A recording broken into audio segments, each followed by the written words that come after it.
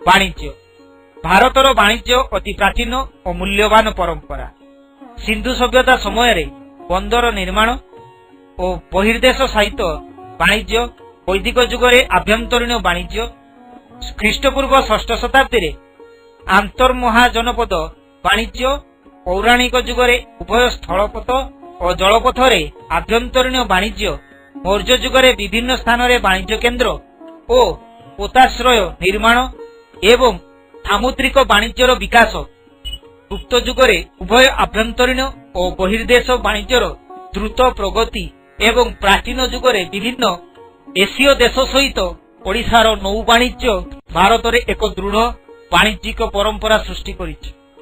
सुल्तानीय, मोगल और इंग्रेज शासक मानक द्वारा यही परंपरा अब्याहत रहिथिला। पाश्चात्य देशगुड़िक भारतर यही परंपरा द्वारा आकृष्ट होई निज देशर व्यावसायिक उन्नति उद्देश्य भारत में वाणिज्य कोठी मान निर्माण करि।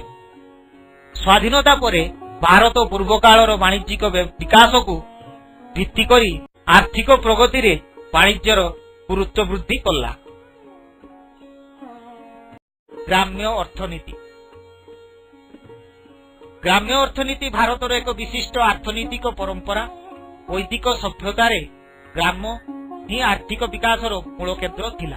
ग्रामर आर्थिक विकास रे राष्ट्रर विकास संभव बोली से समय आज पर्यंत भारतीय मानकर विश्वास रही आसे। वैदिक जुगरे प्रत्येक ग्राम रे कृषि, पशुपालन और कुटीर शिल्प गुरुत्व दिया जाई अर्थनीतिक प्रगति करा जाउछि। से समयर शिक्षानुष्ठान गुरुकुल गुड़िकरे एही विषय गुड़िकर वैषयिक शिक्षा दिया जाउथिला। प्राक मौर्य जुगरे प्रत्येक ग्राम को आत्मनिर्भरशील करा जाइथिला। चाषी को जमीर मालिकाना स्वत्व दिया जाउथिला।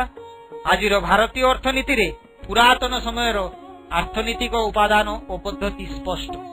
आजिर अर्थनीति मध्य ग्राम्य अर्थनीति आधार रे निर्धारित एवं एथिरे ग्राम्य अर्थनीतिर परंपरा प्रतिफलित।